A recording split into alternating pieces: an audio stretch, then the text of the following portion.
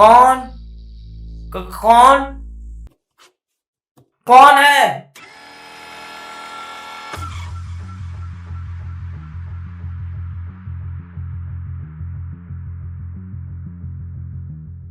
अहम यमा।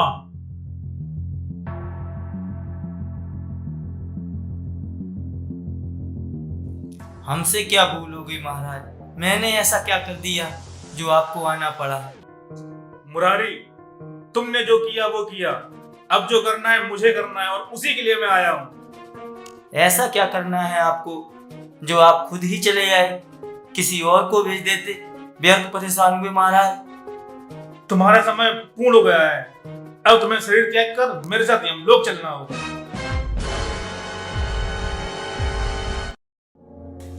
यार मुरारी, ये क्या हो गया? ये यमराज तो लेने आ गई। अभी तो अपना विवाह भी नहीं हुआ और भी बहुत काम करने हैं। ऐसे कैसे काम चलेगा? सोच मुरारी सोच, कोई जुगाड़ कर, कोई चक्कर चला जिससे यमराज से पिंड छूटे।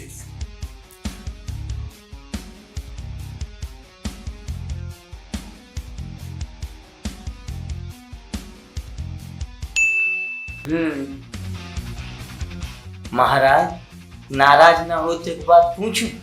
शीघ्र पूछो, क्या पूछना चाहते हो? महाराज, अभी तो मेरी उम्र शादी ब्याह करने की है। आप स्वर्ग ले जाने के लिए आ गए।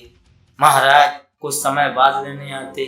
मुरारी, तुम्हारे जीवन का तुम्हें जितना समय मिला था वो पूर्ण हो चुका है। अब तुम्हें मेरे साथ चलना होगा। अपने प्राण त्यागने के लिए तैयार हो जाओ। अरे रुको महाराज, आप तो नाराज होने लगे। हम तो ऐसे ही पूछ रहे थे। मुरारी, तुम हमारा समय नष्ट कर रहे हो।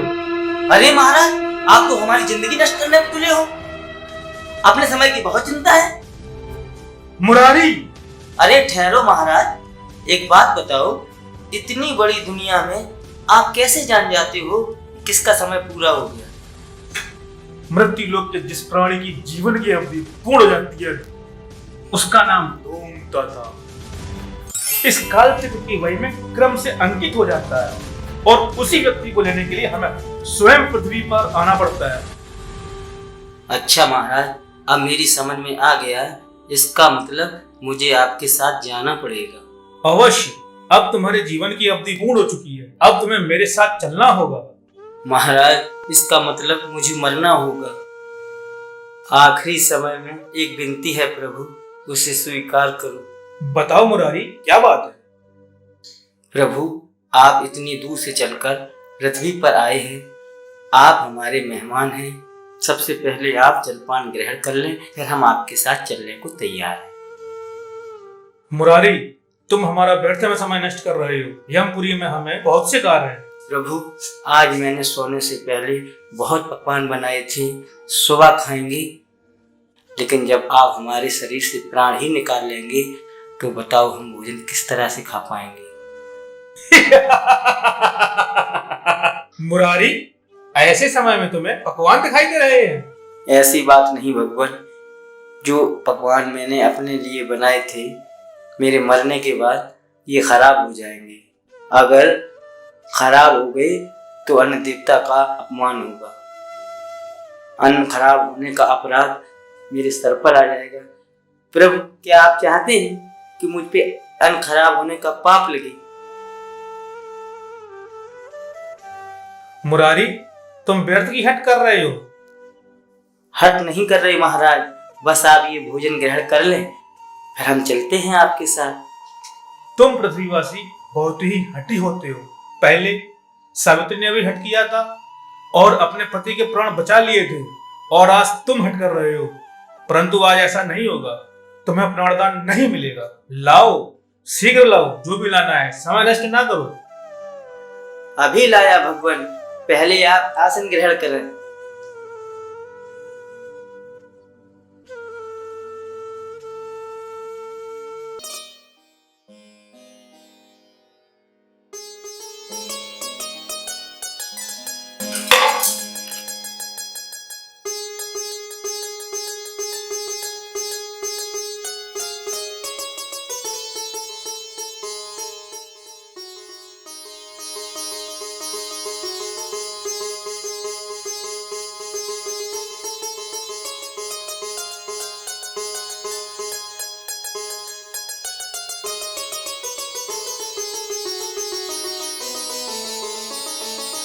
ग्रहण करें महाराज।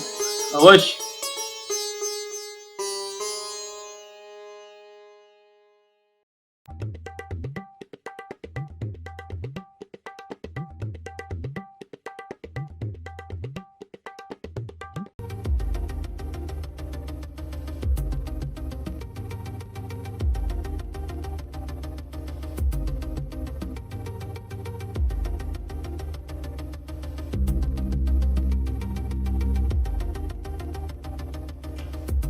मुरारी, आओ तुम भी ग्रहण करो।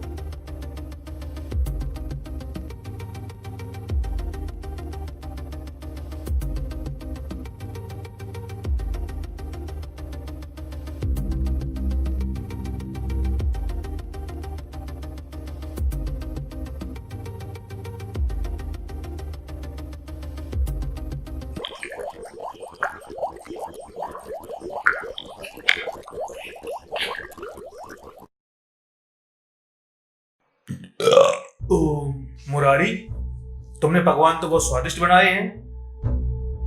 मैंने कुछ अधिक ही खा लिया है। अब मुझे निद्रा का आभास हो रहा है। अब मेरा मन विश्राम करने का है। ठीक है प्रभु, आप थोड़ी देर विश्राम कर लो, फिर मेरे प्राण लेके हम लोग चलना। अवश्य।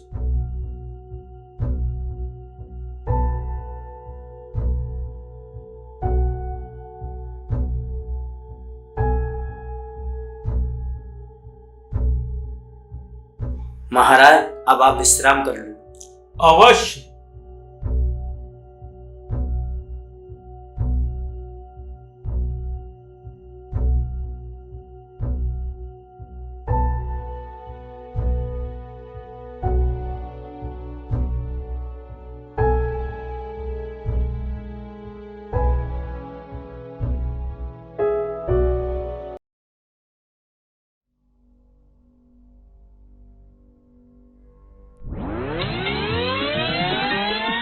मृत्यु लोक के जिस प्राणी की जीवन की अवधि पूर्ण हो जाती है, उसका नाम धूमता था।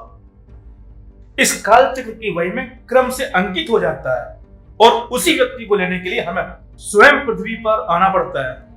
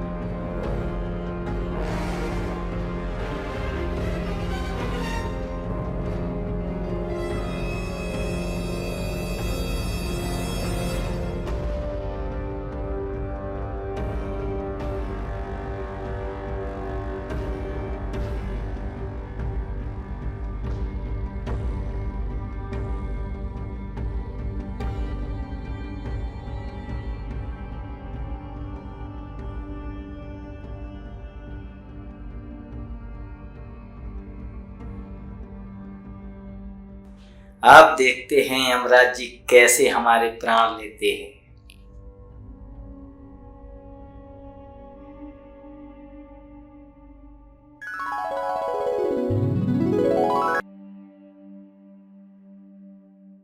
प्रभु, अब हमारे लिए क्या आज्ञा है?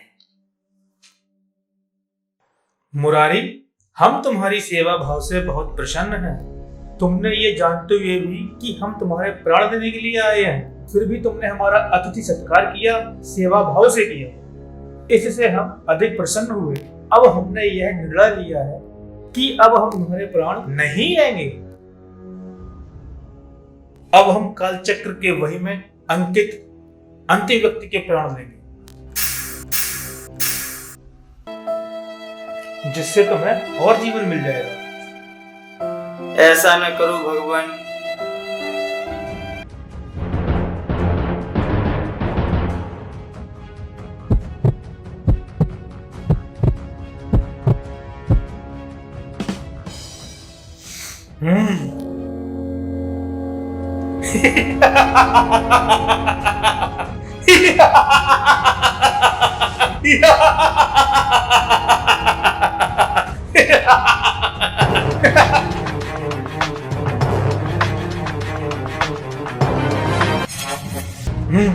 इसका तात्पर्य तुमने हमारे साथ छल किया है मुरारी।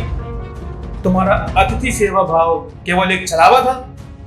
तुम्हारे अतिथि सेवा भाव को देखकर हमने तुम्हारे प्राण लेने का निर्णय त्याग दिया था, किंतु तुमने छल करके अपनी मृत्यु स्वयं चुनी।